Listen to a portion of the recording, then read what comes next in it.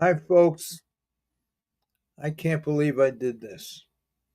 You have no idea this is a miracle that we're on. Anyway, before I screw up, let me bring Anthony on. Hi, Hello, Ant everybody. and Hi. Joe. Hey, Hey, Joe. everybody. Hey, We've guys. been we've been we've been on the phone, me and Anthony, all afternoon, trying to get a couple of pictures up that a friend of mine. I want to tell the story very very briefly, but I want to go on a little bit of a rant, and and that's what I'm going to do. I've hit live, so we're on live right now. Where's Ed? Eddie Eddie Eduardo's Eddie not. can't come on. He says he didn't say anything. He just says he can't make it tonight. Today, is your dad okay, Yeah, Joe? he's okay. Yeah. Thanks. I heard you asking. Okay.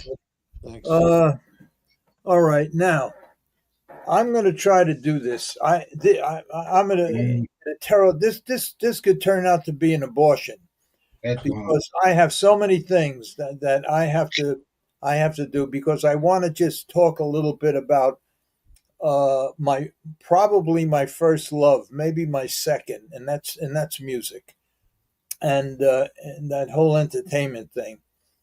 And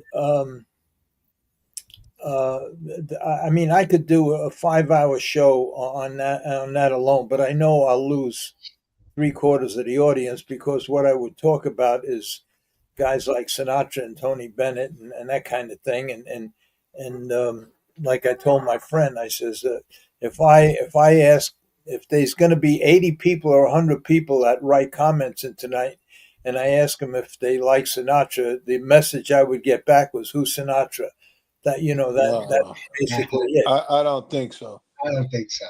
But well, when I went out to California and I was talking with the younger people at from Sony Pictures and Village Roadshow, and I said, yeah, they said they read the book, great, and everything else, but who was Whitey Bulger? Who was John Really? Gotti?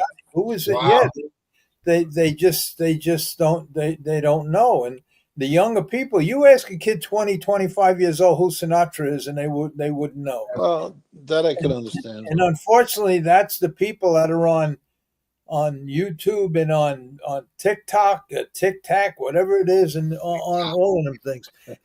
Anyway, I have some pictures and stuff, some stuff I want to pull up. Some are on a video, some are on. I have to go to present. Some are on pictures.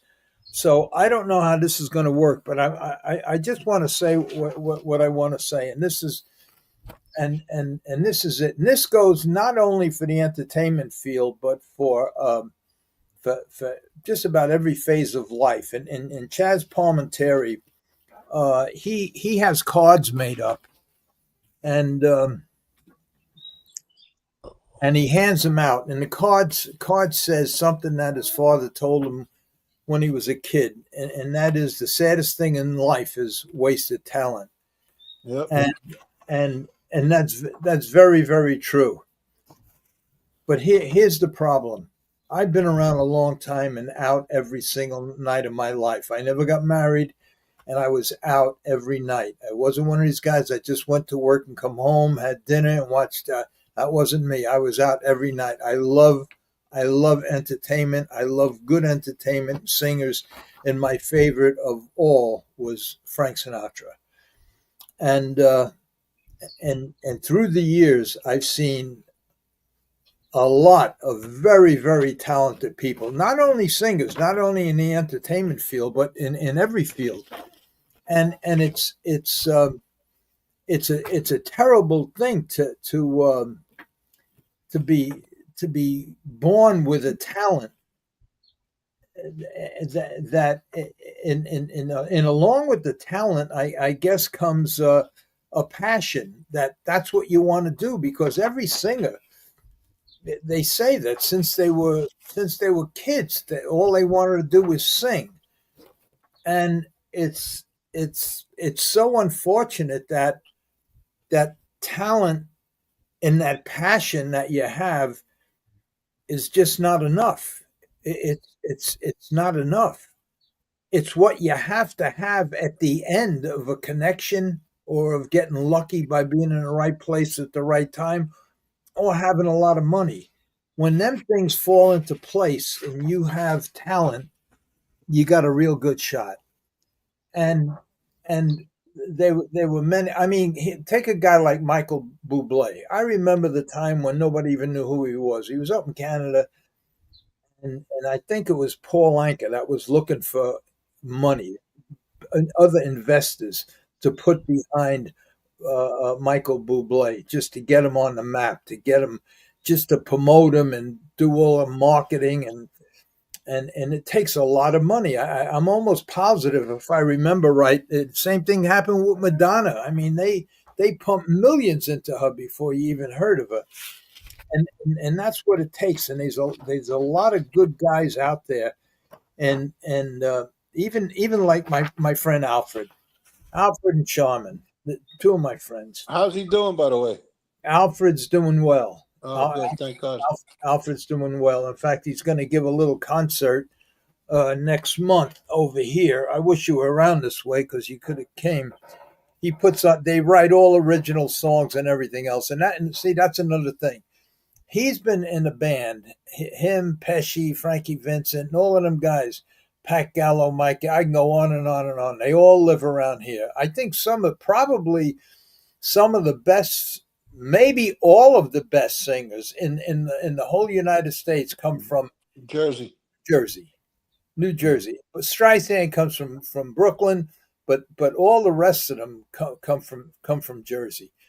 And Neil Diamond from New York. Yeah. So Alfred, aside from his band and everything else, him and his wife Sharman's the one that helped me write my book.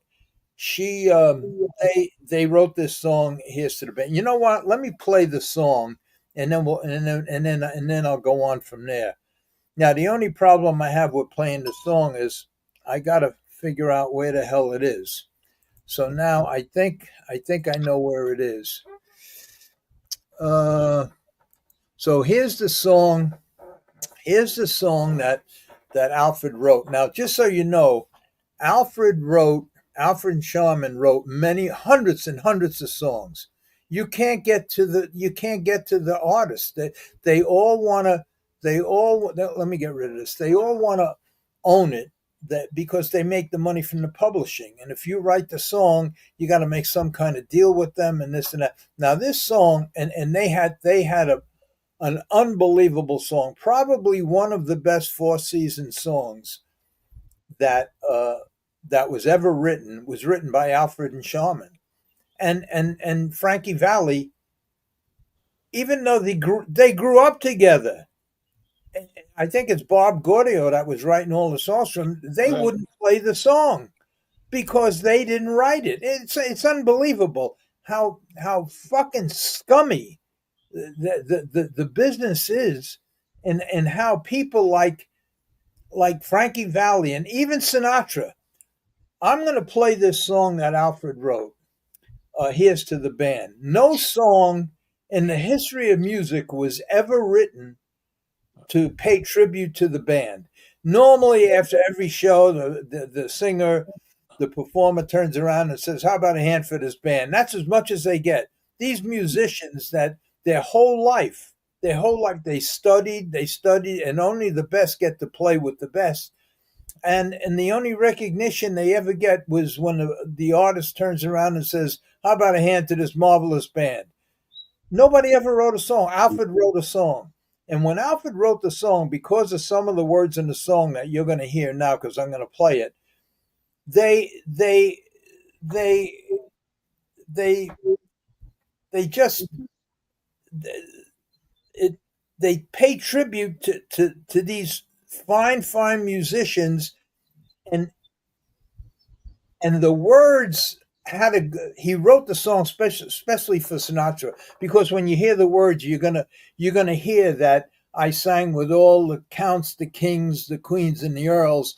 And so a top guy had to sing it. Now, being it was the only song ever written paying tribute to a band, you'd think he would jump on it. Couldn't get to him. Couldn't get to him. And after years, and then we finally got to him, and he kept it in his briefcase. And it was only after we got to Nancy Sinatra, he got to Nancy Sinatra, and she heard it. She went to her father, and he says, "Yeah, I know about it." She says, "You got to do this song. You got to do this song." And I hope I'm not talking out of school here, but Alfred, I think, had to give up the publishing just to get Sinatra to sing a song that should have been sung. And after he recorded it, then a lot of it, Sammy Davis did it, Liza Minnelli did it, a lot of other people did it. But the song was written specially for Sinatra, and it just goes to show that as talented as Alfred was, not only playing in his bands that were on Ed Sullivan, and he was one of the most popular bands around back in the 50s and 60s, it just, unless you have a major connection, nothing ever gets done. And this is a typical example. It was just by luck after 4 years, I think, that Nancy Sinatra, a good enough friend of Nancy, that prompted her father to look at it, and whatever Nancy wanted, her father usually did. So I'm going to play the song, and then we're going to talk some more about this kind of thing. Now, let me see if I know how to do this. And listen to the words carefully. Now, just so you know that this song, when Sinatra sings it live, it's in. I'll tell you where it's at. It's in Royal Albert Hall in London, in England, and that's the first time we were able to record it. So anyway, here it is, and listen to it. Let me see if I screw this thing up.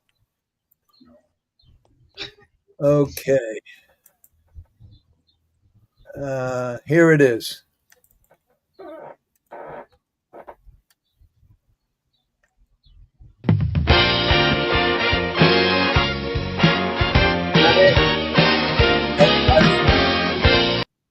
That ain't it. That's the wrong song. I knew I'd screw up, but I have it. I have it. So let's. Played it all day today. Huh? You were playing it all day today. I know. I just got to find it.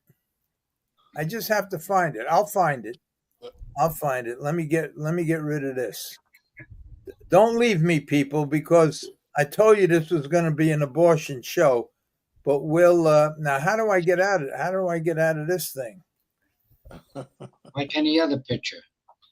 Okay, I have it right here. I got it. Okay, here it is.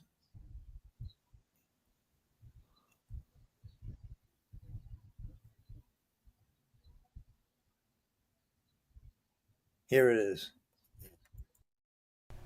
For all our Facebook friends and fans, do you remember William B. Williams, the disc jockey from the 60s to the 80s?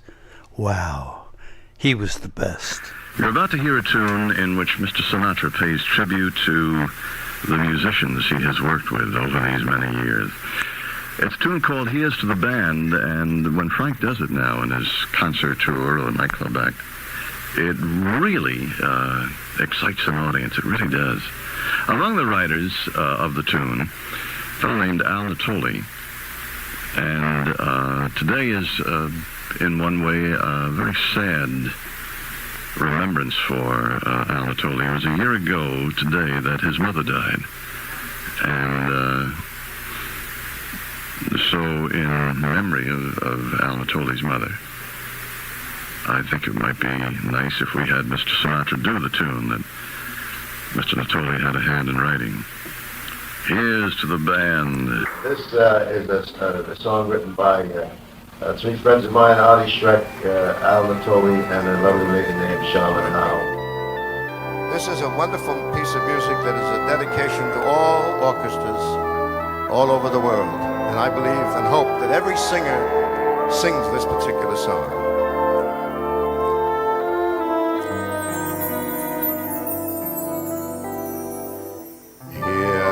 That music playing, listen to what it's saying.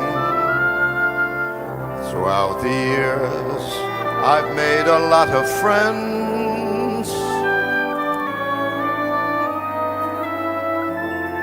Many became famous, but most of them go nameless. So I dedicate this song to all of them. I've sung with the best, and I've had it all. I've gone from neighborhood saloons to Albert Hall. Thank you very much. And in demand, but I wouldn't have made it without them. Here's to the band. Those musical notes, those magical pearls. I've sung with all the kings, the dukes, the counts and the earls. And the experience, I've got to say, was grand.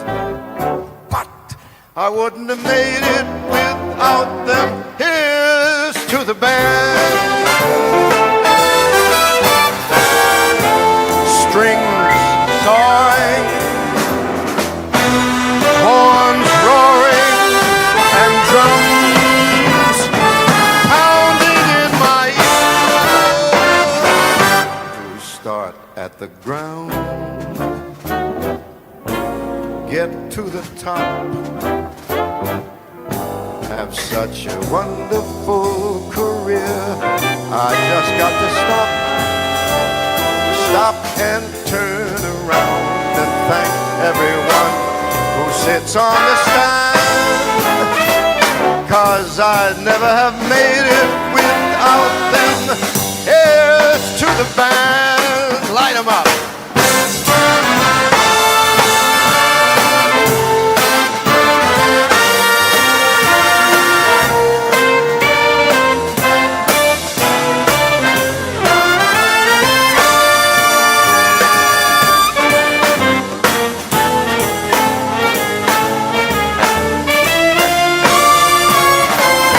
Here's to those ladies and the gentlemen. Here's to the AF of them. I would never have made it without them. Here's to the band. Here's to the band.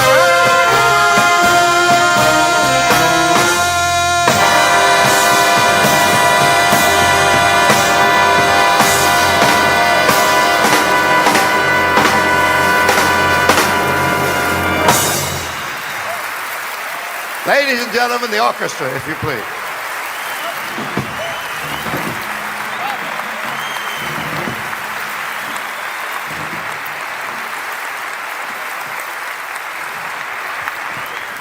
Isn't that a nice piece of music and a wonderful dedication to these fine people with whom we work year in and year out? We really do not get enough recognition, but I love them. Without them, I'd be selling tires or stealing tires or something like that.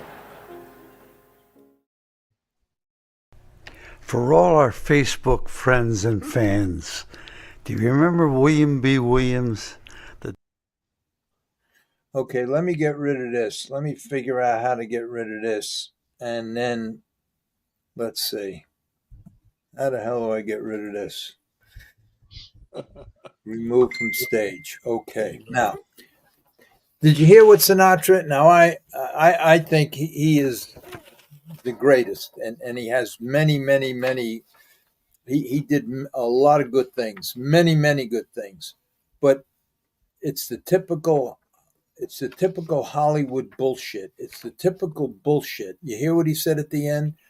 That he knew about the song, he heard the song, but at the end, after he finally did it, after 5 years, he finally did it, and he says, "This is a great piece of music," and this and that and everything else.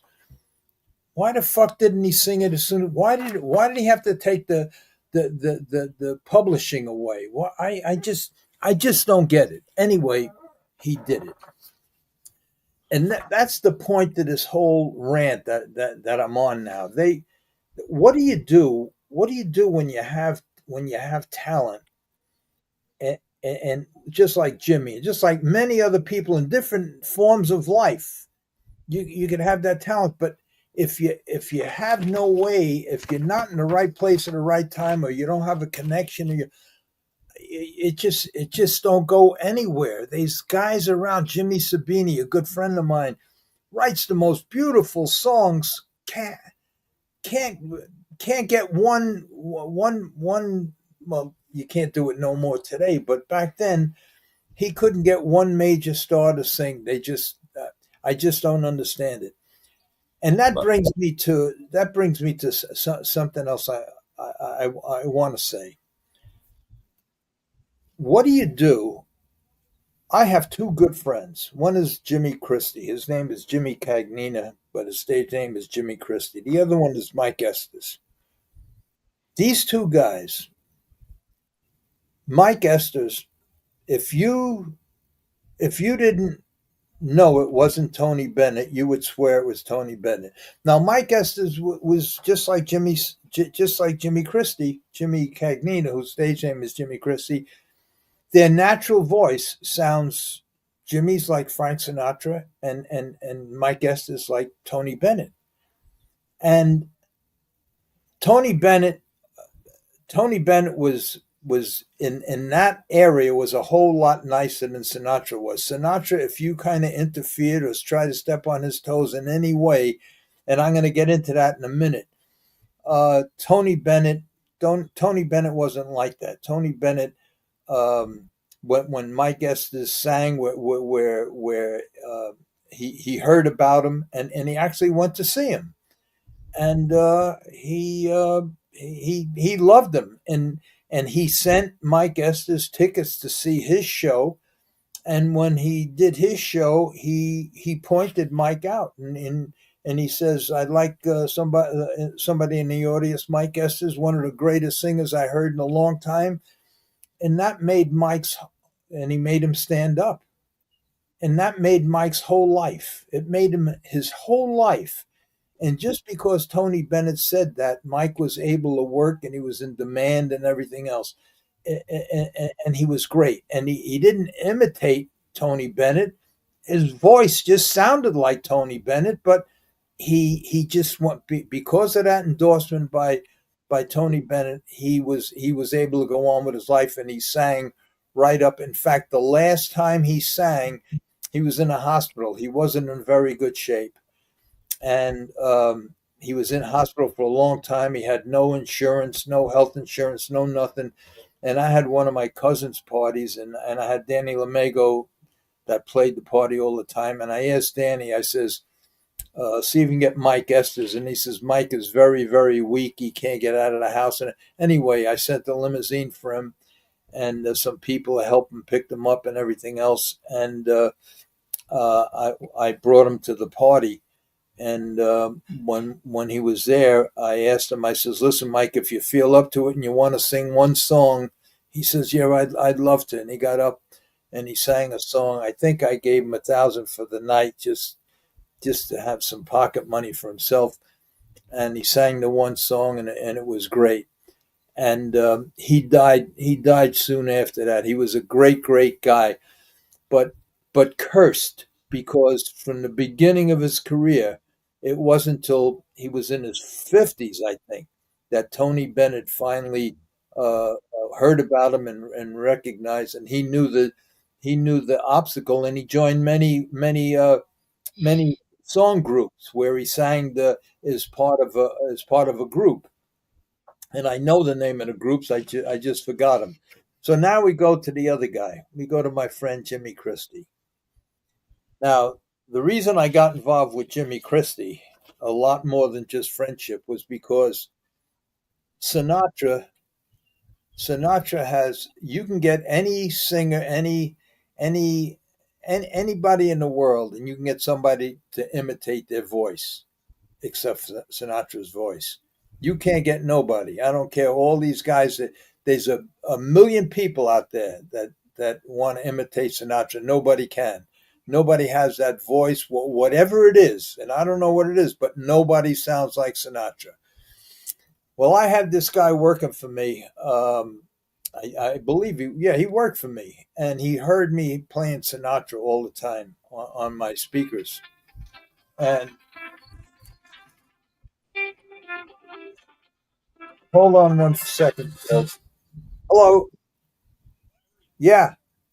Your friend just spoke about those charges, right? Does he want to meet anytime? Does he want to talk to Lenny? Joe, let me call you back. I'm on a podcast. I'll call you back.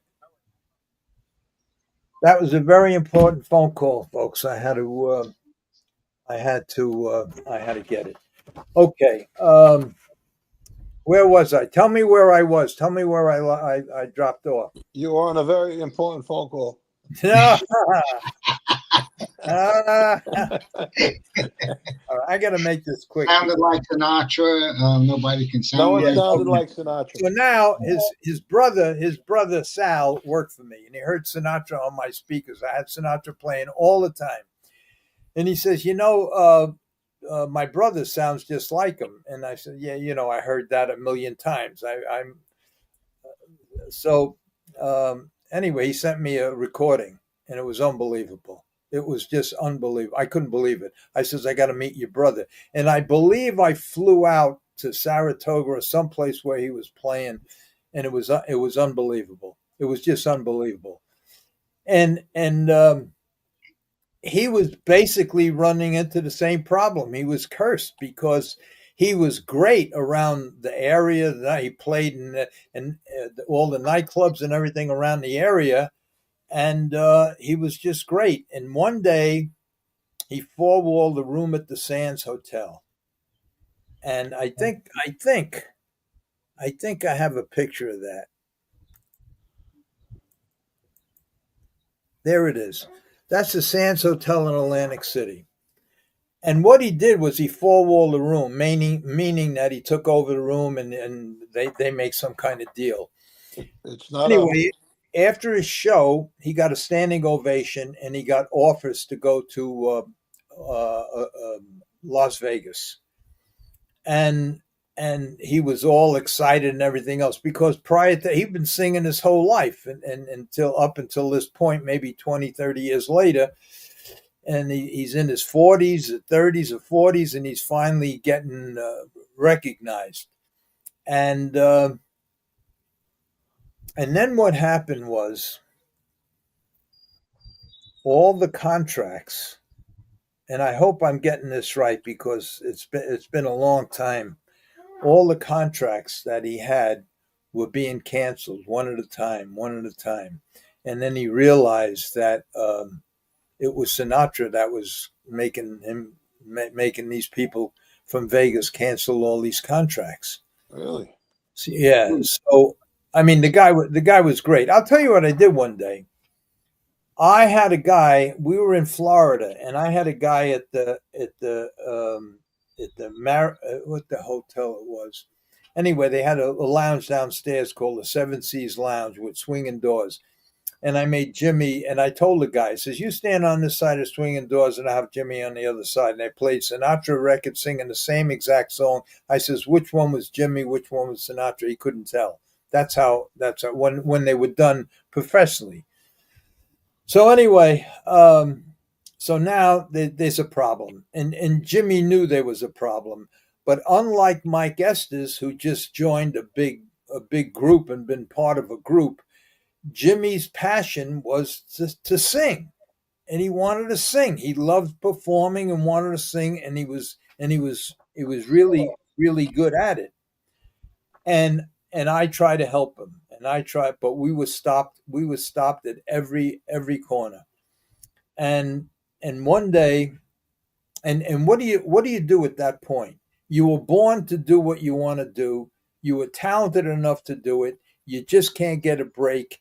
And when you finally do get a break, the guy that you idolized, the guy that you loved your whole life, Stop. and he just stops you. Like You Backstead. can't change your voice. You can't do nothing. It is what it is. And no matter what song you sang, naturally, it sounds just like Sinatra. So he went the route paying tribute to Frank Sinatra, and they stopped him. He couldn't get work no place, and I was trying to help him at the time. They stopped him. So then what happened? And I might have this a little screwed up. Then what happened? He took the song.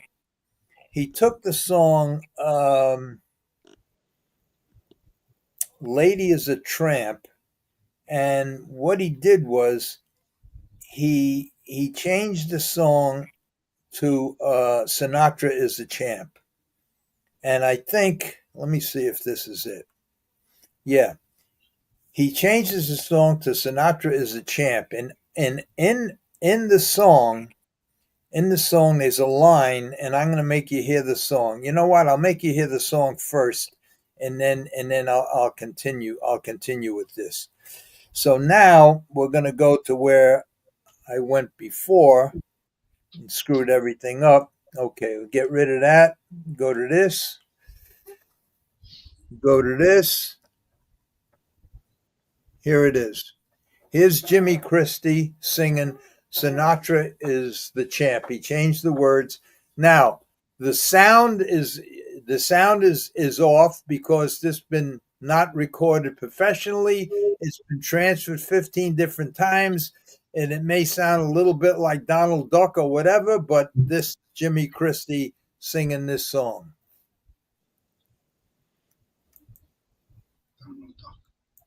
Oh, fuck.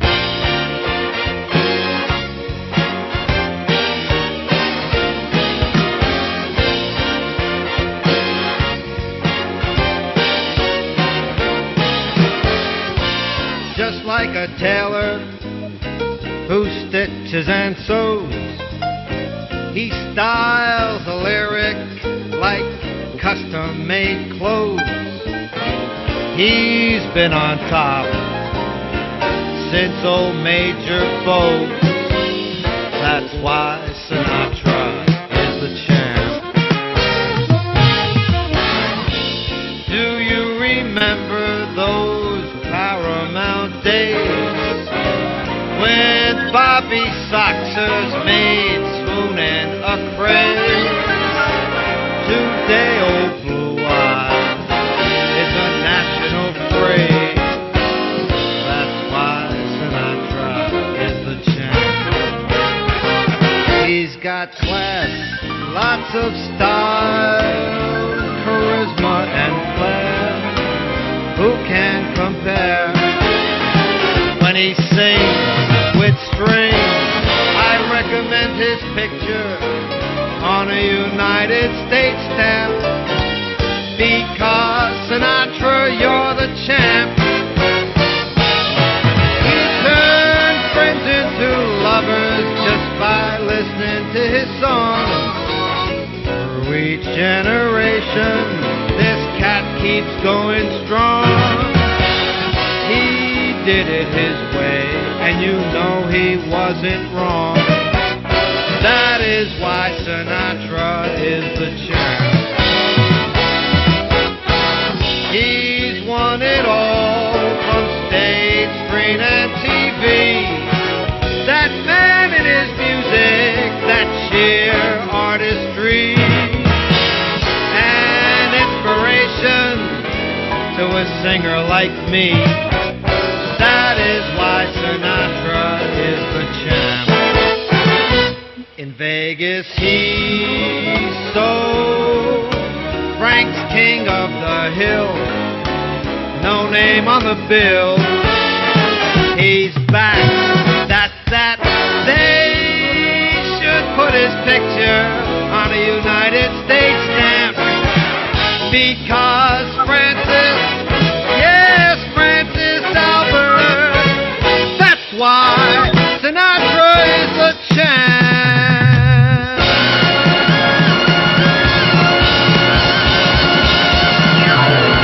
I love him. It's pretty Okay. good. Now, what he did because now he's in the jackpot, and this is the dilemma. This is the dilemma that you get in. When do you stop? When do you stop trying to live your dream? When do you stop doing what you were born to do, what your passion is, what you want to do, and what you're good at? When do you stop? And how do you fight the biggest star in the world in that industry that has the power to stop you? He stopped Jimmy Roselli. He stopped Jimmy Roselli from becoming a major star just like himself, even though Roselli did okay, but he stopped Jimmy Roselli. What shot does Jimmy Christie had? I tried everything I knew how to do.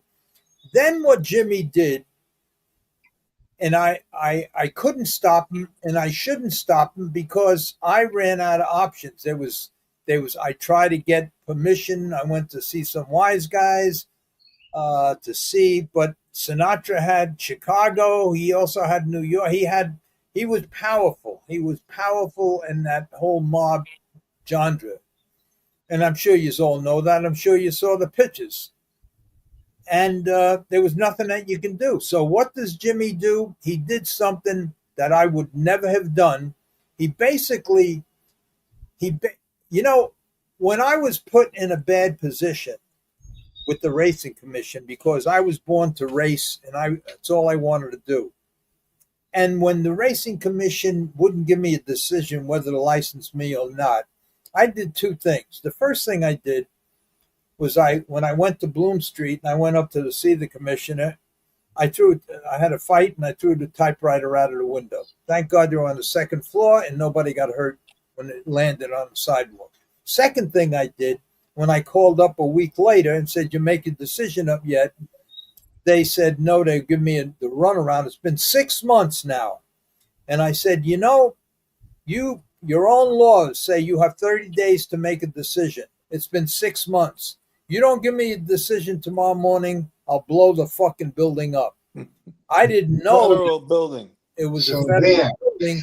And for 5 years, within an hour, 3 FBI agents were at my door. And for 5 years, whenever a bomb threat was anywhere in the world, I got a visit. Okay, these are the things that you do when you were born to do something, and they're stopping you from doing it for no reason at all. So when do you stop? When do you give up? How do you give up? And if you're Italian, it's in your DNA not to give up. Some people never give up. You got a problem. So what Jimmy does, see, what saved Mike Estes was that Tony Bennett acknowledged him. When he finally heard him, he realized that he was born with the same voice, the same talent as Tony Bennett. Just came first. Tony Bennett just got more breaks. Whatever the reason is, Tony Bennett's where he is. But he didn't trash the guy. He didn't do it. He just allowed him. And when Mike Estes gave a concert, Tony Bennett went there. And then he gave him tickets after the show to see him, and that's when he acknowledged him, and that was okay with with Mike Estes. That didn't happen with Jimmy Christie and Sinatra. What happened was, I got some pictures here to show you. Now let's see. Let's see now. This picture here. What Jimmy did was he took this picture. He took this picture here, the stamp, and he had it framed. Cost him a lot of money. He had it framed professionally. And he was trying to get to Sinatra, just to say to Sinatra, just let me make a living. I idolize you. I love you. I can't help it if I sound like you, but this is what I want to do. So he tried to get to him. So what he did was he got front row seats at Sinatra's show. And he took this picture and he framed it. He framed it and everything else. And then what he did was he went to the show and he's sitting ringside. See this guy's head right here? Right in front of him is Jimmy Christie. So We don't see Sinatra, nothing, Larry. There's no picture up. there's no picture up. I see No. the picture. I see it. Where? I see it. It's right to the right of us. Now I don't. Now Yeah. I do. There's the picture. You I don't don't see see the no picture? picture. No. Yeah, I see it. That's what I said before. There's no picture up. You don't see that picture? Nope. I do. I see it there too. Do you see it, Larry? Yeah, I see it. Yeah. No, I see it. You don't see it, Joe? No. Anyway, I don't know what to do because the picture is up there. So anyway, I hope the rest of you out there see it. So now in front of this head that you see in the bottom of the screen is Jimmy Christie standing right in line. So Sinatra says, "What have we here?" When he goes there, Jimmy puts the picture of the stamp on stage and he hops up on the stage.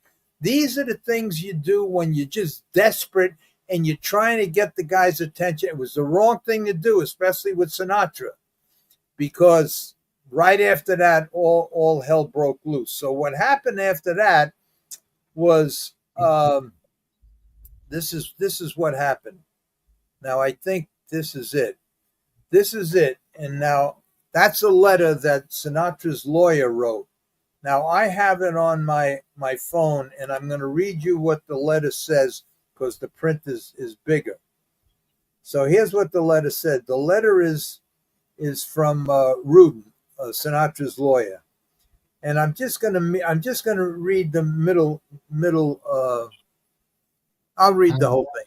Your letter to Mr. Sinatra enclosing a copy of a cassette and the lyric sheet with the song entitled "Sinatra is a Champ." In your intentions are obviously admirable. Nonetheless, we must deny your request of Mr. Sinatra for permission to exploit this. In other words, Sinatra didn't want to have nothing to do with it. And look at this. My phone is getting all screwed up. And then the middle paragraph says the recording clearly is intended to and does give the impression that Mr. Sinatra was directly involved in the production of the recording and in the singing of the song itself. Such an impression on the part of the public would be harmful to Mr. Sinatra, as many people would feel that it would be in bad taste for him to be singing a song about himself. So Sinatra right there, and then it goes on and on. I'm not going to read the rest of it. But right there, Sinatra and his attorney are admitting that the song sounds just like Sinatra, and he just blackballed him. That was the end of. That's so wrong. That was well. That's how Frank. That's what I said in the beginning. Frank had a lot of good qualities, helped a lot of people, but he blackballed this poor kid, and just because he was cursed, he was blessed with that talent, but he was sounded exactly like a guy that just was king of the hill and didn't want anybody else. And what didn't help was the aggressiveness that Jimmy went after him. He did one or two other things that went after him because Jimmy's a little Italian guy with a bad temper and just could never figure out how a guy with his fame and money and fortune and everything else would deprive him of making a living. And that's it. And I there's a lot of talented people out there, and you can see it now on all these shows, American Got Talent and all of that. There's a lot of people out there that are very, very talented that just don't have a shot. They're never going to have a shot, and that's it. Without money, connections, luck, and talent, you got no chance. And there's a million of them out there. And the same thing in every industry. Yeah. You see graphic designers that are so talented. You see trainers that are so talented but honest. Horse trainers. They're talented but honest. They can't win a race because of the other side of the coin. And that goes in every entertainers. My friend Danny Lamego, in my opinion, he didn't have the greatest singing voice, but it was great. It was good. But he was the best entertainer I have ever seen, and I seen them all, including Sammy Davis Jr. When you saw Danny Lamego on stage with his little 3-piece band, you were captivated. It was just unbelievable. And now with Danny, he got a shot to go to Vegas, and he did go to Vegas. And this was, I think, in the 60s. And he was rehearsing at one of the major hotels, and he got electrocuted. The floor was wet or something. The stage was wet, and it had the busboy who was cleaning up. Had he not pulled the microphone out of his hands, Danny would have died been electrocuted. He got hurt really, really bad to the point where he couldn't talk. He couldn't, and they had to send him back home. So that was a bad break he got. But many singers, they were 2 or 3 or right around here that you never heard of, that had great voices and great singers, but they played in the 50s and 60s. They played in all these mob joints, and the mob guys, when they had opportunities to go to Vegas or get a manager, the mob guy says, "You ain't going nowhere. You're staying here," and they couldn't leave. And I could name 2 of them. Right? I shouldn't name them, but they just couldn't leave, and they were paid good money. They had a ball. They were considered superstars in that area, and the girls were all over them and everything else, but they were limited. And once all these wise guys went to jail and their places closed down, they that was it. That was their chance before to go, and they never did go, and that's what happened. Pat Gallo was another one that was very, very talented, went to Vegas. I think Shirley Bassey and him were just about engaged. They were both great, great singers. And Pat had a cocaine habit and a drinking habit, and that ruined that whole relationship. And he had wind up coming back to Jersey. And I used to have to put him in my parties. But anyway, that's enough. My rant was over. I just feel bad for the people who are born with a talent that can't pursue it. And just like Chaz Palminteri says, that his father says that the saddest thing in life is wasted talent. But it's in every business. It's in sports. What are you going to do? It's in music. It's in horse racing. The question, Joe, is when do you stop? When do you give up? Some people never do. It's easy. Me never. They die. You do it until you die. Yeah, you don't give up. What happens when What's your dream? How do you just give up your dream? You don't. And you're just going to have no chance. Because all of these famous actors, you hear a lot of them saying they started off, they lived 3 of them in a room in Manhattan, and eating, and you go through it. But what happens when you try and you try and try? Now all of a sudden you're in your 30s and you get married, you have kids. You can't keep trying. You got to earn a living. You got to get a job. What do you do? And I lived through that with my friends. I seen it happen, and it's so sad. It's not that the person didn't sing and you go to them and say, "Listen, I'm your friend. I know you want to sing, but you're terrible. You have no voice. Go get a fucking job." That's not the case. These people were great and just never had a chance. And when you try to get a manager, and they say just like well, there's maybe a bad analogy, but Julie Budd sounded like Streisand a little bit, and the shot to stardom for her, like reaching Streisand's stature, never happened. But anyway, okay. Think about it. Did you give up when you were eating friggin' bran mashers in the shed row? Did I give up when I'm looking for change underneath the mats of my car to get something to eat? You don't give up. But Anthony, that's my question.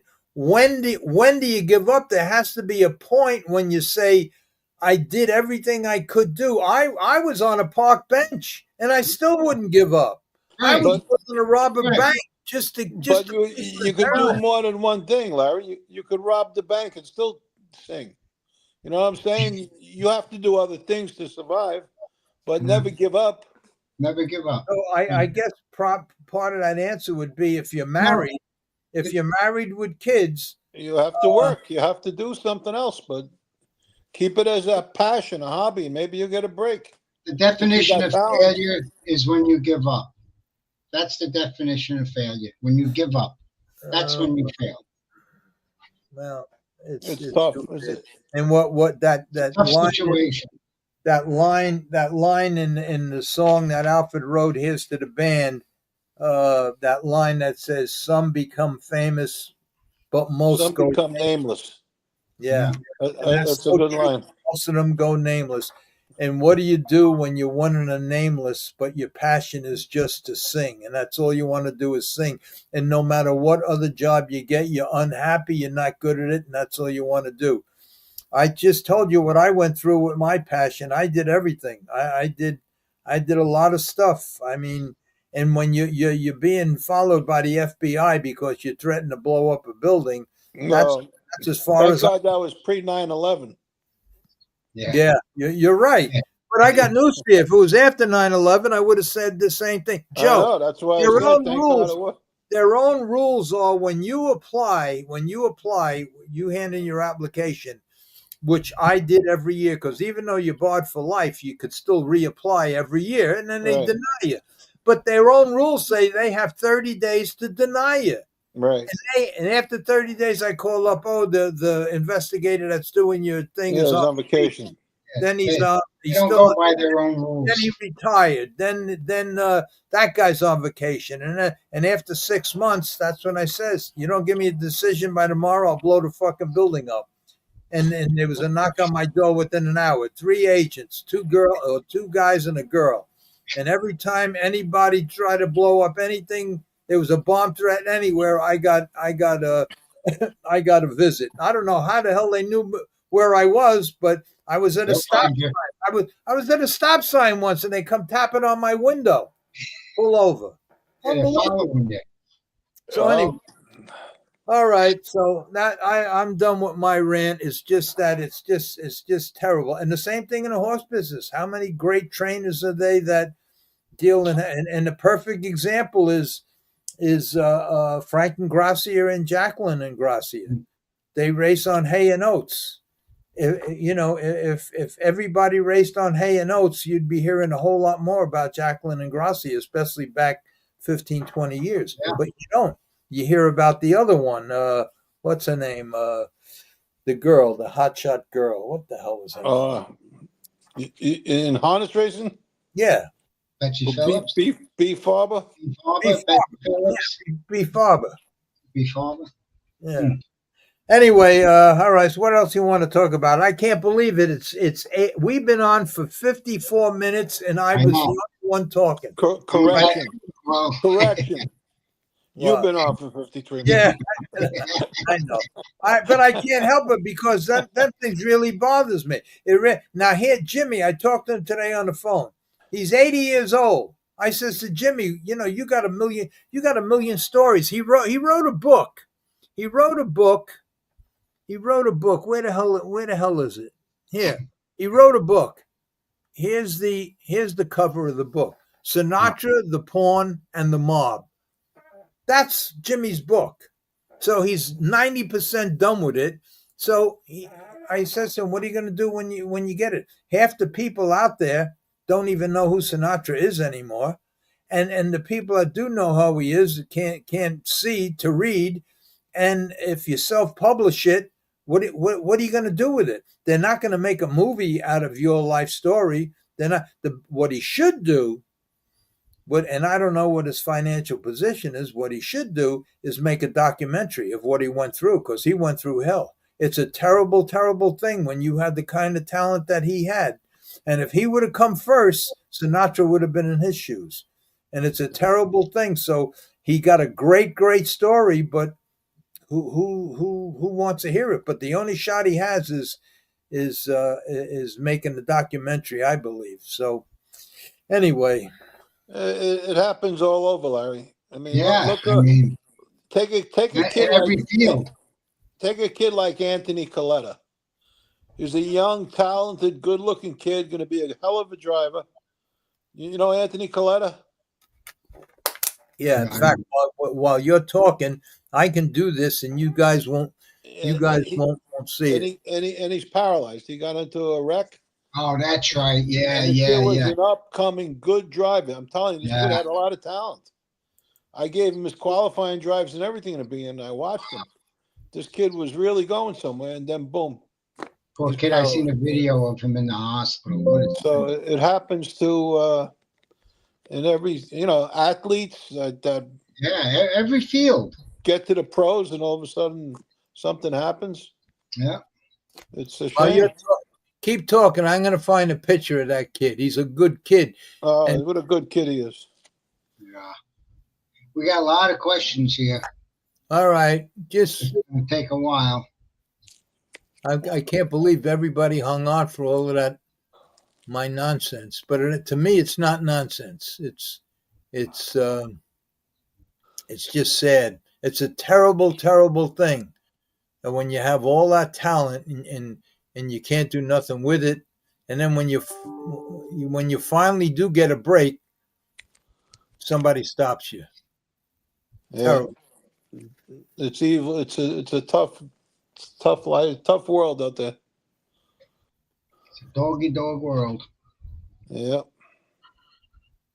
Okay. How about this? This is the kid. Yeah. Yeah. That's the kid. Good looking kid. What a shame. Good looking kid. And I have a picture of him, I think, when let's see. Damn shame. He's another one like and a really nice kid, a real classy gentleman. It's a shame. Let me see if I can find a picture. Just one more second, guys. I tell you, this will be an abortion show. Stop. Yeah, really.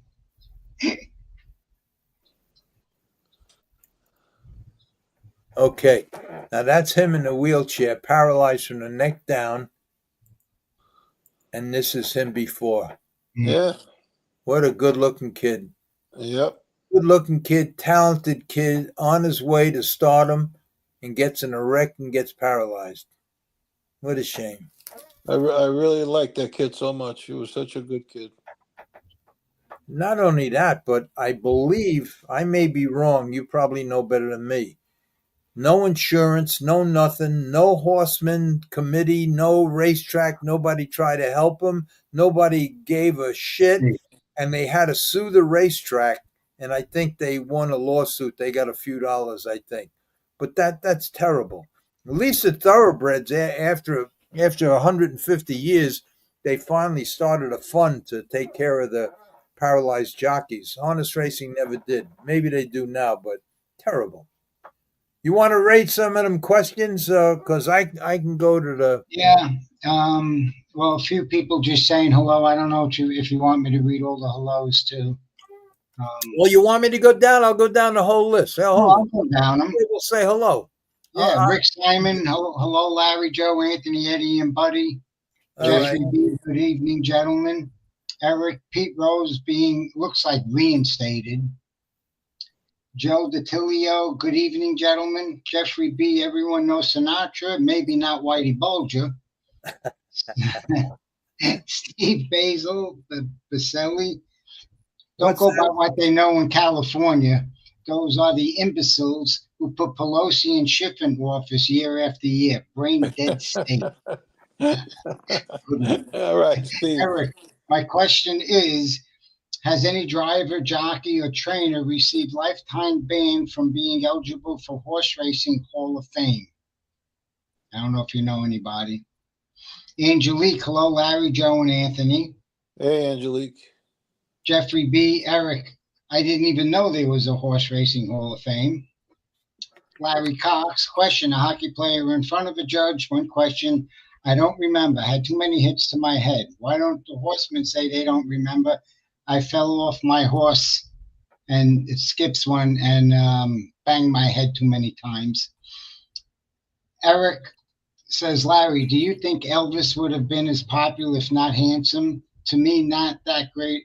Not that great a singer. Not my cup of tea. Oh, I thought he had a good voice.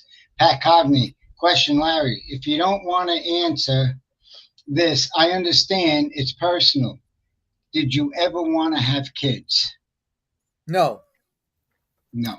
No, I'll tell. Let me answer the question. I'll tell them why. Okay.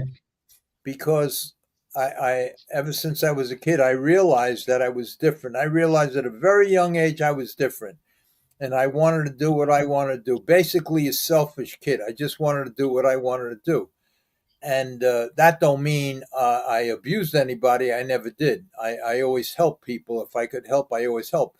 But when things were okay, I wanted to do what I wanted to do. I wanted to go where I wanted to go, and that was it. And I didn't even want to own a parakeet. I didn't want to be obligated, because if I made a score, I wanted to go to Vegas.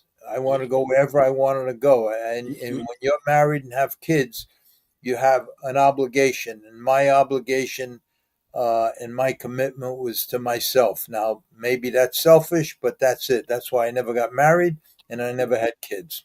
You couldn't own a parakeet. You would have ate him if you couldn't find a pigeon. You would have ate him. You would have put him in the brain mash. No, I wasn't big enough. You know, when we were eating them pigeons, I forgot what track it was. I was so hungry, and I was so tired of, because half the afternoon I used to spend cutting the oats or crimping the oats, so I get the inside, not the shell, so I can have a cup full of oats or put them in hot water, and that's what I ate. And then one day I saw at the end of the barn, I hear bing, bing, bing, and a rock come flying past me. They had a slingshot with rocks, and they were killing the pigeons in the rafters. And so I went down there, and I was watching them, and they're killing the pigeons. And the pigeons land, they pull their head off, and then they would, gut them and everything else. And then they were cooking them. And I went down there, and I says, how does it taste? He said, it tastes just like chicken. Everything tastes like chicken.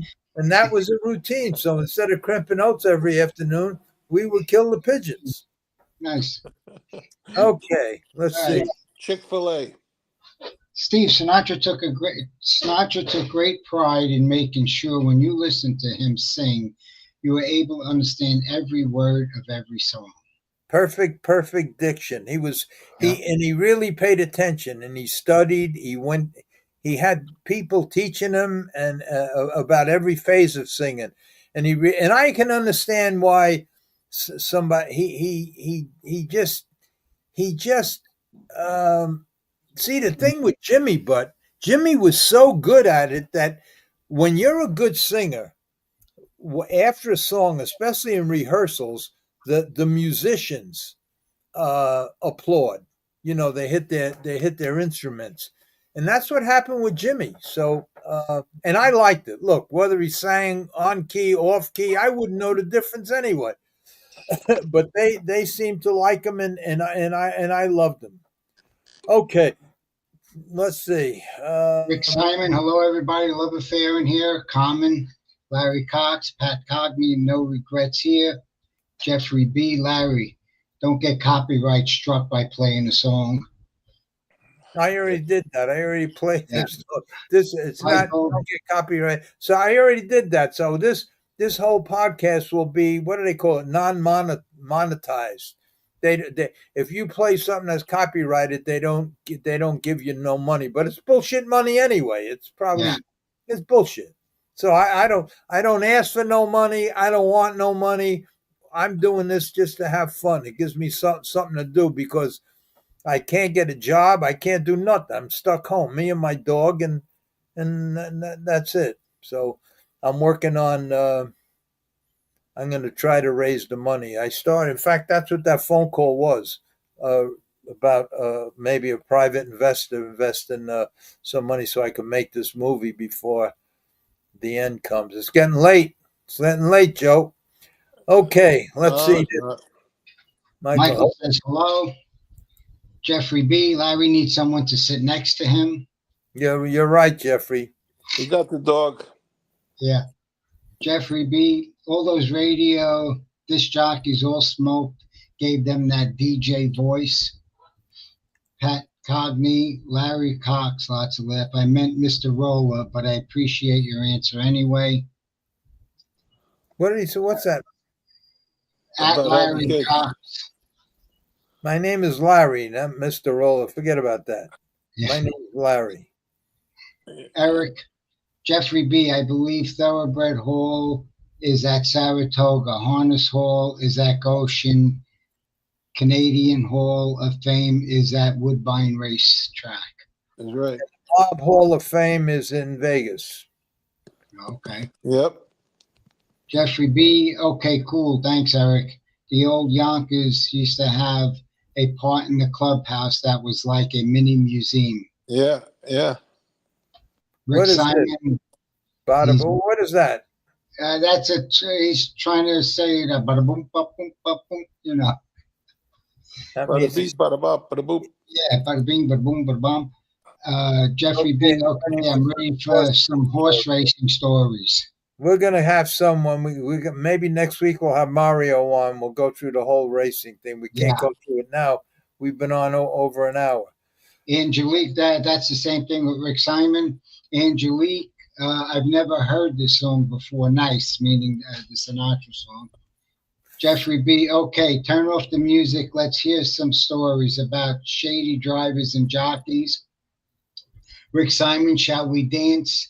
Angelique. Jeffrey B. The Sinatra guy sounds like he's going to have a promising future. Yeah, maybe Jeffrey, in heaven. He's 80 years old. 80 years old, yeah. Jeffrey B. Shall We Dance was a harness horse raced around 2010 at Yonkers. Larry Cox, Yonkers today, race 3, 1-9, got dead last, 10,000 in superfecta pool, $2 ticket, paid $8,000. Jeffrey B. Playing games, Larry. They're playing games. Jeffrey B. There was a Lou Christie, great singer from the 60s. Yeah. Larry Cox, George Brennan won, paid $31. Rick Simon, what about Lou Christie? Summer Snow. Oh, ho, falling. Jeffrey B., these kids today don't want to listen to American standards, Larry. Jesse Black. Willie B. was the guy who gave Sinatra the chairman of the board title. That's right. He's right. Yeah. Jesse Black is right. Yeah. You see now, Jesse Black, nobody knows who he is except me. And I will tell you that there's two things I'm going to, if Jesse Black would agree to come on this show, and he sat next to me for about 3-4 months and sat right up here, but he would never go on camera and he would never tell his stories. But I'm going to tell you something. If I could ever convince him, and I know I never will, if I could ever convince him to tell his story, and it all has all to do with horse racing. Really? His story. Do I know him? No, you don't know him. But if you were ever here, in fact, if you ever do, God willing, your father will get better and you'll be able to bring him here to New Jersey and you come down this way. I will have him come to my house for lunch and he will tell you stories unbelievable. Really? About heavyweight. It would make my book and what I did in the Thoroughbreds look like nursery rhymes. Yeah, like a children's book. Unbelievable. I ain't gonna say anymore. I can't. I won't say no more. But he's quite a guy. All right, Jeffrey B. Kids today don't know what real music is. You're right about that. That's for sure. Eric, nobody had effortless voice like the bird that Karen Carpenter died much too young. You know, I don't understand that. She died. She thought she was fat, and she weighed like Yeah. 80. She died of anorexia. Yeah, Anorexia. no, I Yeah. don't get that. It's a sickness. Everybody, She Yeah, it's a wanted. sickness. How We don't could you- understand it, but how could you look at yourself and skin and bones and on a deathbed and still not want to eat? I'm too it's fat. a sickness. You can't help it. It's Your like an brain. addiction. It's the same as Yeah. an addiction, Larry. Yeah. Jeffrey B. Fifth Dimension. Marilyn McCoy. She was beautiful. She was beautiful, Angelique. that girl. Karen Carpenter had a beautiful voice. She did. Jeffrey. Karen Carpenter also was a great drummer. Angelique, yes, she was. Jeffrey. Eric, my favorite, Steve Perry from Journey. He is a class by himself. Pat Cogney, Jeffrey B. Marilyn McCoo's voice was absolutely sublime. I remember my mother listening to One Less Bell to Answer like it was yesterday. What a great song. Yeah. Pat Cogney, two of my all-time favorite singers from New York, New Jersey. Ronald Padavona, Ronnie James Dio from Cortland, New York, and Glenn Anzalone, Glenn Danzig, Misfits from Lodi, New Jersey. I used to live in Lodi, New Jersey. Rick Simon, and that's why I'm going to whoop it. Oh, yeah, there he goes again. Larry Cox, Sinatra is still the best, like his Christmas songs. Larry Cox, Michael Bublé, closest to Sinatra today. Jeffrey B. Sinatra told Pat Cooper not to say certain jokes. Pat Cooper told him, Frank, do I tell you what songs to sing? Steve, I see the picture. Everybody sees the picture. Hey, talking about, wait a minute, hold it. How come I don't see no picture? There's no picture up there. There's no picture now, no. That's from before. All right. That one thing when Sinatra told Pat Cooper, you want to play that thing about Pat Cooper when he goes into the OTB, Anthony? Yeah, I can play it. I have it queued up if you want me to play it. All right, play that. Here's Pat Cooper. For those of you that don't know, is a comedian, great comedian, and he tells a lot of stories about Sinatra. And Sinatra, I'm sure Sinatra told him not to say certain jokes. And Pat Cooper went back at Sinatra and says, "Do I tell you what songs to sing? Play that thing about when he went into OTB." Okay. That you have been known on occasion to place a bet. No, not rumors. I love to play horses. It's a hobby. I don't play God. I have no fun.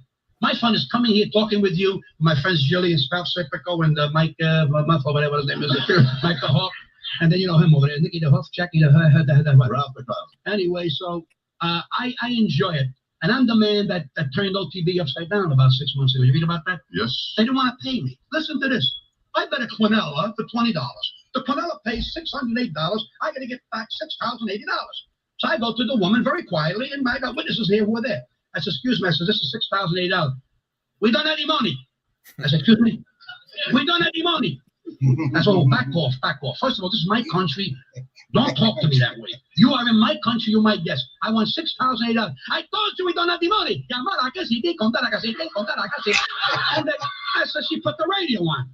I said, wait a minute. I got $6,080 here. I'll eat this place up. I get my money. She turns around and says, I'm going to call the police. I go call the police. So she calls the police, right? The police comes in and what can I do? I said, I got a ticket here for $6,080. He goes, yeah? She didn't want to pay me. Unbeknownst to her, this guy was a horse player, this policeman.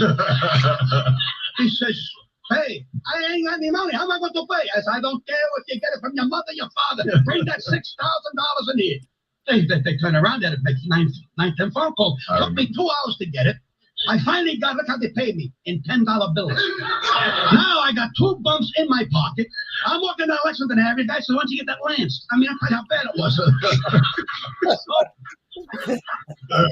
I finally took me 3 days to go from bank to bank. Try to get hundreds at a bank if you don't have an account there. Oh. That's a new thing. You have an account. So can I have here's 520, give me 100. You have an account there? I said, no, I'm not big of a I said, all I wanted to do is give you 520. You have an account there? Took me 7 months to get rid of all those 10s and 20s. So finally, the paper picked it up. I get a letter from Mr. Mario Cuomo, our governor. Because Mario, dear guy, knows me. I'm a spooky in the head. He knows I would have sued the world. Right. Not for the money. Just to say that you can't do that. Particularly when a woman, and I love Latin Americans, to tell me that I cannot, thank you, I don't have the money. And that's the end of that. If her husband had that $6,000, she would have took the whole OTB out of there. I finally got the money, I told you, and then I got a nice letter from OTB and Mr. Cuomo saying that this is not right. It's wrong. It's embarrassing me. I am a horse player. When I lose, I don't say to them, I'll pay you tomorrow. You can't, if you don't show the money, forget it. Then they want to pay you in check. I love this. I'll give you the check. I said, anything that you sign, you ain't giving me. I said, I don't know who you are. I don't want to know who you are. I want cash. And the cop's going, give it him. He finally got it. And I got the money. It just goes to show you common sense. If you're right, stand. Stand. Be counted. And if you're wrong, run. All right. That's Pat Cooper at OTB. All right. Continue with the things. And yeah. Angelique, all right, I see it. Rick Simon, I see it. Jeffrey, I see it. Jeffrey, I see it. Eric, Jeffrey B, I guess in the minority here. I guess I'm in the minority here. Sinatra really not in my top 10. Oh, my God. Yeah. Oh, my God. Okay. Jeffrey B, me either, Eric. Jeffrey B was popular with the Italians. Rick Simon, Sinatra got intimidated by Christie. Jeff B, I don't want Larry to get struck by playing music. Dave McKenna. To get stuck by playing music. Yeah. All right, what's this one say? Dave McKenna, on an episode of Cheers, Carl asked the bar who is the biggest bigwig of them all, and Phil, the older gentleman sitting across the bar, yells out Sinatra. Sharon C, Jimmy Christie was singing for the love of music and an artist, not to imitate anybody, or intimidate anybody. David Arthur. Hold it, before you go on. Jimmy Christie was singing for the love of the music and artist, not to intimidate anybody. He has a natural talent. He just happened to sound, and he got stopped. All Sinatra had to do was not do nothing. And Jimmy never would have hopped on the stage. He never would have did nothing. Just when he wall that room at the Sands, and he got all these contracts to play at all these major clubs around the country. Why did Sinatra have to stop him? For what? Why couldn't he just let it be? Let him make a living. Let him make a living, but that's Sinatra. And I guess that's what Sharon's talking about. He just that's what he wanted to do. That's what he was born to do. And I'm going to tell you something. When he was down here, he lived in Tom's River, I believe. Hoboken. He had but he moved down to Tom's. Yeah. And he had a furniture shop, high-end furniture place. And he would sing in there. He would always sing, no matter where he was, he would sing. He just wanted to sing. And he loved entertaining. And we had 2 or 3 things with him. And I had a thing with him I think last week we talked about it at one of the big catering halls here. And God, he got a standing ovation. Every song, everything was great. And I think that's when we had the whole thing recorded. And Jimmy says that they did something with the sound system or something. I don't know, but it was great. It was great. But every time you go to, I want to play in this place, and maybe it's a mob-owned place. So all of a sudden I get a call, cancel. Can't come here. And it's a shame. Anyway, that's what Sharon's talking about. Go ahead. Larry, you know the feeling? What's that? You know the feeling, Larry. Every racetrack did that to you. Yeah, I know. It's terrible, but there's nothing, you can't, I reacted, And what was Jimmy supposed to do? If he don't do nothing, nothing happens. Yeah. So he took a shot, and if anything, he just let him know how he feels. Like, how could you do that? But Sinatra had that attorney, Rudin. He was tough, and that wasn't the first letter Jimmy got. Anyway, go ahead. People say Sinatra was a nasty, nasty person. A lot of people say especially when he drank, they said he was a really nasty man. Yeah. Well, my friend Alfred, why couldn't he just sing the song? Yeah, of course. Why did he have to take the guy, all the rights to the song? Why did Alfred have to give up the rights to the song just to get so Sinatra would sing it? Why wouldn't he just help people? You can tell by the words. Very few people could sing that song because he says in the words, sang with all the kings, the counts, the dukes, the earls. Not many people did that. No. Well, why couldn't he just help people? He's so successful. Just help everybody you could along the way. He helped people in other ways, but when it came to his music, he didn't give a shit. But that wasn't going to affect him. No, I know. He should be proud that they're idolizing him. David Arthur, unfortunately, making it big is almost impossible. You need a perfect storm. He's right. Yep. Eric Simon. Eric Clapton freaked out when he heard Jimi Hendrix play guitar. Jimi Hendrix winds up dead in London, England. ? Because he choked on his own puke. Did you ever hear Jimi Hendrix play the national anthem? Oh, yeah. With his teeth? With his teeth, yeah. Unbelievable. And do you know Jimi Hendrix couldn't read or write music? I know. Couldn't read or write Unbelievable. music. Yeah. All right. Sharon C. The Jimmy Christie story was the perfect storm. In the storm, there is always damage. Jeffrey B. My passion is to jog horses at Yonkers Raceway. Maybe someday some trainer will let me. Well, if I was there, I'd let you come down. I would have let you right away. Yeah. Sharon C. Jeffrey, bring the horses, apples, and carrots. Don't give up. Yeah. Jeffrey B. Is that all it takes, Sharon? I will go to stop and shop in the morning. Sharon C. Can't give up. Try. Jeffrey B. It just looks so relaxing, especially on a nice day. It actually is. Sometimes, yeah. In an interview, Robert Lamb of the group Chicago was asked why they hadn't released an album in 20 years. He answered, we still making records, but stations playing rap crap. Yeah, that's true. Yeah, that's true too. Jeffrey B. When I grow up, I want to be just like Cedric Washington. Ah, very good. Yeah. Gary D. Hey guys, Joe, Anthony, and I guess boss man Larry. Will it be subject or journalism? Thoughts on Saturday? I tell you what, the way friggin' journalism raced and the way he was knocked around and how to get that stride back again, that's pretty impressive. Jeffrey B. Nothing better than a huge aqueduct seagull.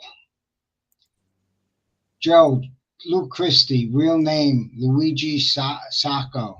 Yeah. Pat Cogney, Pat Cooper, Bullbuster, extraordinaire. Gary D. Guys, my mom loved Louis Prima and Tony Bennett and Frank, and so did I. Jeffrey B. The new Belmont Grandstand looks beautiful, but looks like it's going to be catered to the rich, not the average horse player. Well, and that's it. That's it. That's it. It's 9:24. We said hello to everybody, answered all their comments, and oh wait, let me get rid of this one. Where is what's his name? Rob tonight. Rob, who's Rob? Remember Rob, the guy with the cowboy hat that said something and. Oh yeah, I don't know. He's not here. Sundance isn't here too either tonight. Sundance either. Yeah. I hope Rob wasn't mad. Maybe they were all out with my brother. Why would he be mad? You remember we thought he took something wrong, and I says, no, everything's good. Oh I yeah, forgot what it no, was. I don't think so. Yeah, But no, it's I 2 don't think. weeks. Yeah, 2 weeks. He wasn't on last week. Last No. Thursday. No, No, well, he might be busy. I hope don't so. know. I like Nah. the guy. I feel Nah. bad. Nah. I think it's all right. Yeah. All right. Is Till that we about find- it, guys? That's about it. I'm tired. Okay. That's it. Let's see. Oh, wait a minute here. Before you go, Anthony, Okay. D dot. I want you to call up D and Okay. tell D that I don't know where I got this picture, but she was. See them. I know that's my bond because you could see my name there Oh on. yeah, Larry Rolla stay. And your trunk. Yeah, my trunk, and Plaque in the trunk. that's D, and D was. I'll just tell this. What the hell was the name of that horse? Adios Dewey, I think. When Chapman died, Larry Kadish had about 30 horses with him, and Chapman's son didn't want to take over the horses, so Kadish gave them all to me down in Florida. He shipped them down to Florida. And half of them were on Chapman's farm, and a lot of them were very, very lame. I gave D the worst ones, and the worst one was, I think I got the name right, Adios Dewey. He had two front ankles osselets, really, really bad. Osselets, for those of you that don't know, just calcium that formed around the whole ankle, and it become like a Calcified. yeah, all calcified and couldn't.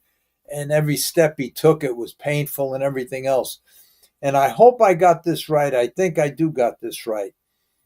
And I believe D, I told D, never put a harness on him, don't do nothing, just keep him away from the racetrack. And what D did was she used to hop on his back every day and just walk him around. And I believe you got to ask her this because I have this in my head because I started a company. D used to walk him down to the ocean and walk him in the ocean in the salt water. Anyway, the horse, whatever she did, the horse got, and I didn't pay much attention to D because she was excellent. She could have been her own trainer. Her father, Dominic, had that farm. She was raised around him, and she was really, really good. And she was probably the best groom I ever had, and she stayed with me right to the end. Even when I went to the Meadowlands and I got my license back, she used to drive every day from Monticello to the Meadowlands, and I had no money. I just got my license back after years, and I couldn't pay her. And she showed up every day, drove 200 and something miles every day, and worked every day until finally, that I got out. But she was that's the girl every time I used to get mad, she'd cry. She didn't ever want to see me fight or get or yell at anybody that's D. And anyway, Adios Dewey wind up winning 3, 4, 5 races in a row. And what I did after that, I think this is right. She can answer it better than me. I used to make my brother drive down to the ocean every morning, early in the morning. Get mud? Horses and go down and just fill up the 55-gallon drum that I had in the back of the pickup truck with seawater. Then I used to come back and we used to tub that horse and all the other seawater. Now, when we left Pompano and went back to Monticello, I says, what the hell am I going to do? So I'm not going to go down to the East River. All this water around here is polluted. I'm not going to drive to Rockaway. So what I did was I went to an aquarium, fish store, and I says, the saltwater fish that you have, is it really saltwater? He says, well, it's plain water, but we put this 7 Seas, I think it was. It turns this regular water into salt water. So I says, really? He says, you can't tell the difference. It has 82 trace minerals, just like salt water and this and that. And I started a whole company, and I was gonna make a business out of it, and then I lost my license. But I had the packaging and everything, and I named it SEE. See the difference in tub horses with this salt. And what it was just I got a hold of the Seven Seas company, and I says, "Can you sell me your product in bulk and just bags?" And they said yes. And I had my own bags, my own boxes made up, and I had everything ready to go. And I was going to hire just girls to go around to all the racetracks, because back then a lot of people were tubbing horses, no more today. And I was going to have girls go to around and sell the stuff, and I know that I couldn't get a guy to do it, because whenever a trainer sees a guy with a briefcase, they just run in the office and they run away. They're not. So I was going to hire a girl with a nice ass and big tits, and just let them go to the barn area, and this way every trainer would say, "Send her here, send it to me. I don't care what she's saying. Come to my office," And they would have did good, but I think I lost my license before I got that whole thing settled. Anyway, that's the story about Dee Macedonia. She's a great, great person. I know I see her on Facebook, and I think she's married now. She's always smiling, always smiling. The only time she's not smiling is when she's crying, and the only time she's crying was because of me. So she's a good kid. Yeah. I wish her well in her life. She's just a really good person, and whoever married her is a lucky guy. Okay, so that's it. So tell Dee to tell her that the program is an hour and a half long, and that's too long for her. So tell her go to YouTube and just skip the whole. Skip the whole thing. Come right to the end. Yeah, go right. I think the show is on Sirius satellite radio tonight, not YouTube. It was a music radio tonight. Music thing, yeah. That's all right. Simply Sinatra. Wait.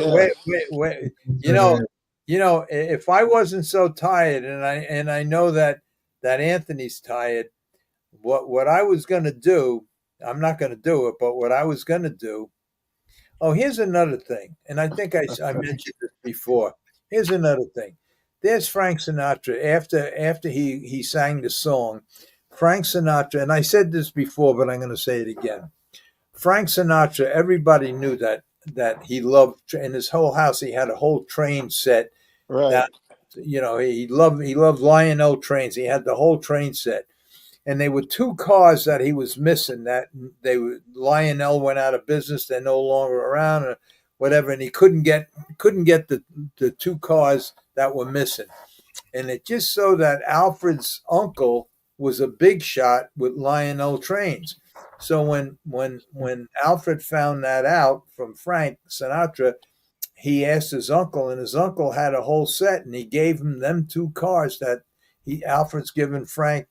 That Frank could never get, and he gave him them two cars, and he turned down his record.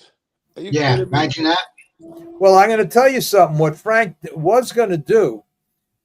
First of all, the last song, the last single that Sinatra recorded was "Here's to the Band."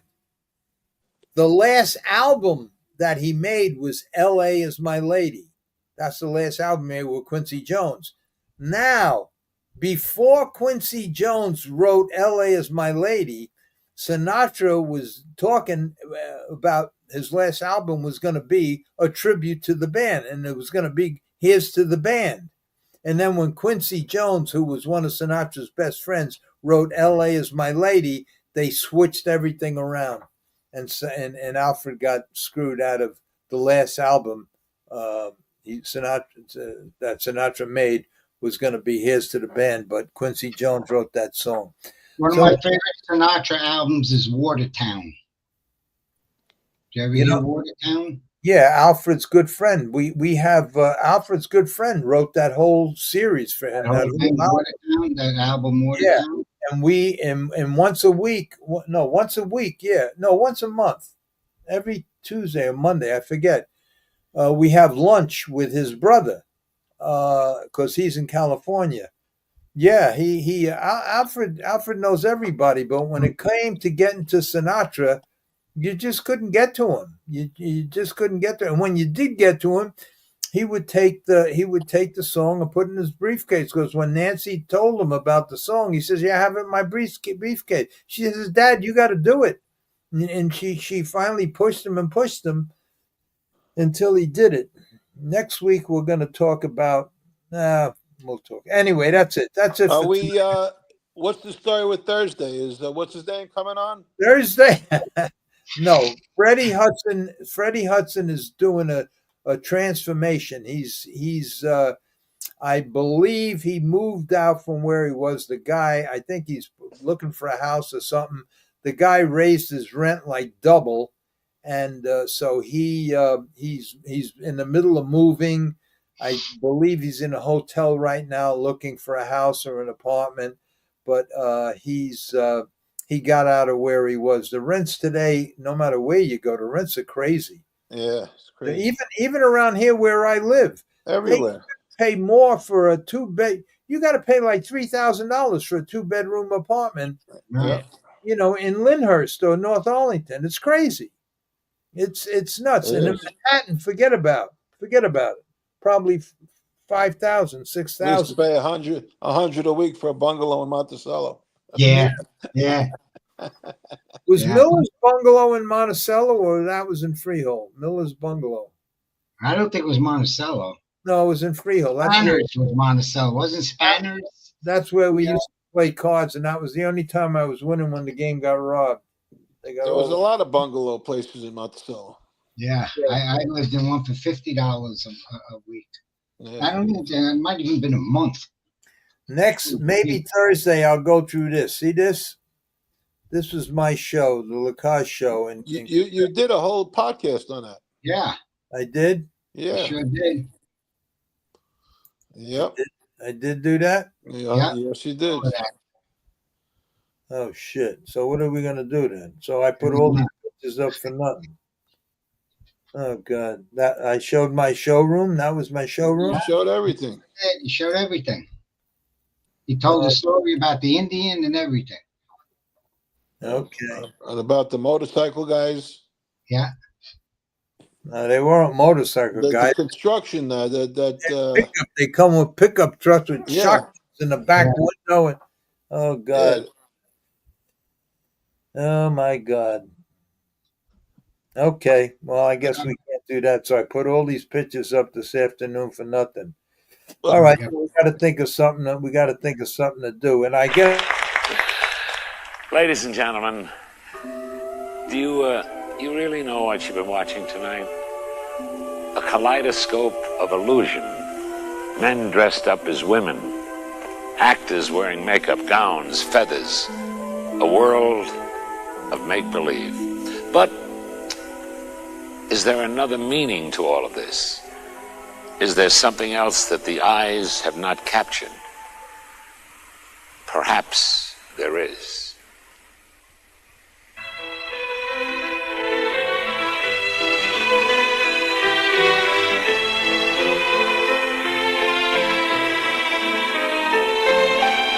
My mom and I, we live alone. A grand apartment is our home. In a fair home towers, I have to keep me company. 2 cats, a dog, a parakeet, some plants and flowers. I help my mother with the chores. I wash, she dries, I do the floors. We work together. I shop and cook and sew a bit. Though mom does too, I must admit, I do it better. At night I work in a strange bar, impersonating every star. I'm quite deceiving. The customers come in with thought and wonder what I'm all about. But live believing, I do a very special show where I am nude from head to toe. After stripteasing, each night the men look so surprised. I change my sex before their eyes. Tell me if you can, what makes a man a man? My masquerade comes to an end when I go home to bed again, alone and friendless. I close my eyes and think of him and fantasize what might have been. My dreams are endless. We love each other, but it seems the love lives only in my dreams. It's so one-sided. But in this life I must confess, the search for love and happiness isn't required. I ask myself, what have I got, and what I am and what I'm not? What am I giving? But answers come from those who make the rules that some of us must break just to keep living. I know my life is not a crime, I'm just a victim of my time. I stand defenseless. Nobody has the right to be the judge of what is right for me. Tell me if you can, what makes a man a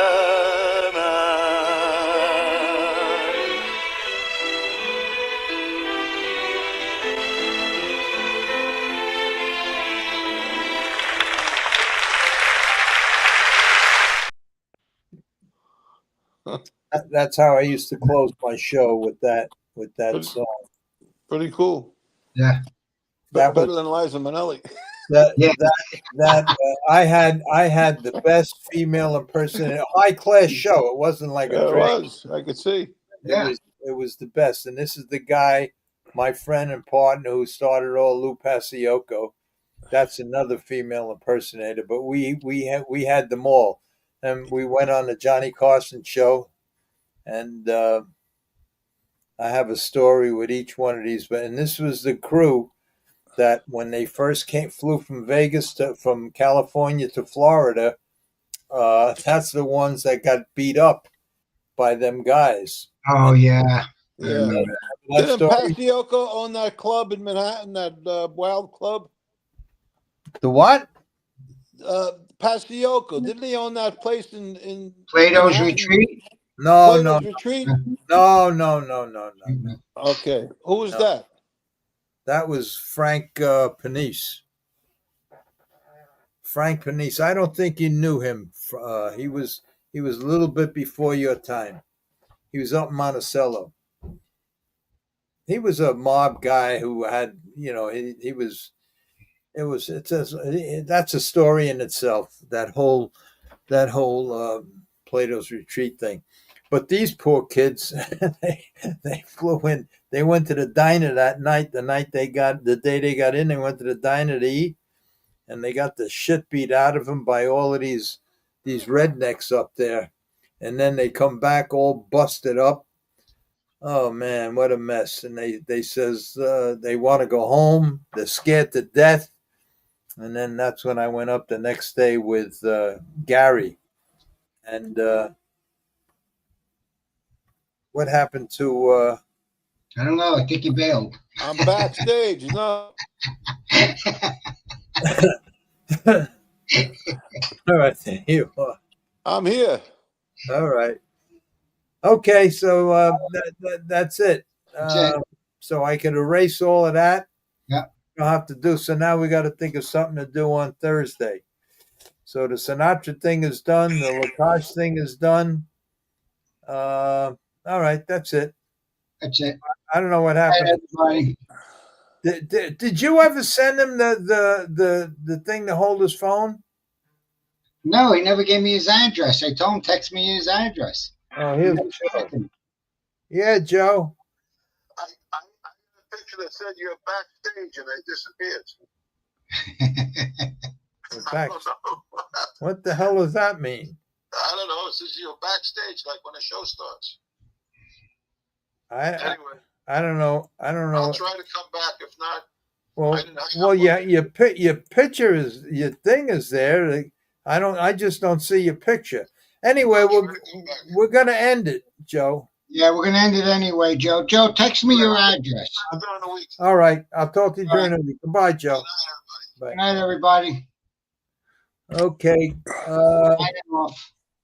Okay, there he is. He's back already. Okay. Now I'm back. I'm trying to shut off. Well, I'll see you both, Anthony and Joe. I'll see you both now. How the hell do I get rid of you both? Okay, I'll talk to you during the week. Okay. See ya. Okay, it's just me. Now I got to find the ending. Okay, thank you all for putting up with my nonsense tonight and my little rant. And we'll see you on Thursday. See ya.